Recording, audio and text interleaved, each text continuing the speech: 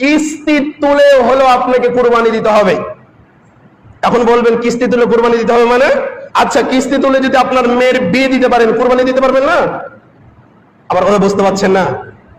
কিস্তি তুলে যদি আপনি 5 তলা বাড়ি করতে পারেন, তো কিস্তি তুলে আপনি একটা গরু কিনতে পারবেন না? ও, কিস্তি তোলার সময়, বাড়ি করার সময় কিস্তি হালাল থাকে, আর কুরবানি দেওয়ার সময় কিস্তি কি হয়ে যায়? ভাই এদিকে কথা বলেন। কিস্তি যখন 5 তলা বাড়ি বানাবো, 10 লাখ টাকা কিস্তি তুলি, ব্যাংক থেকে নিয়ে আসি, তখন ওই টাকাটা হালাল থাকে, আর কুরবানি দেওয়ার সময় কিস্তিটা কি হয়ে যায়?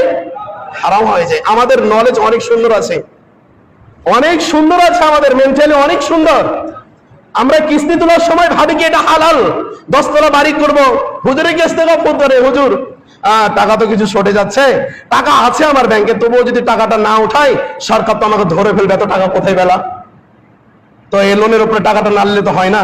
হ্যাঁ, হুজুরও ফটো দিচ্ছিলেন, সমস্যা নাই, হুজুরও তো ধোকাবাজ, লেন, সমস্যা নাই, চলবে।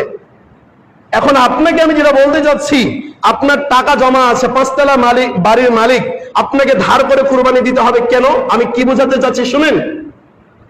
আপনি টাকা পয়সার মালিক, আপনার ব্যাংকে 5 লাখ টাকা এখনো দেনা আছে, প্রতি মাসে আপনি কিস্তি দিচ্ছেন, কিন্তু আপনি 2-3 তলার মালিক, আপনার টাকা পয়সা আলহামদুলিল্লাহ যথেষ্ট পরিমাণ টাকা পয়সা আছে, আপনি একটা সময় ওই 5 লাখ টাকা আপনি শোধ করে দিতে পারবেন, এই অর্থ আপনার কাছে আছে।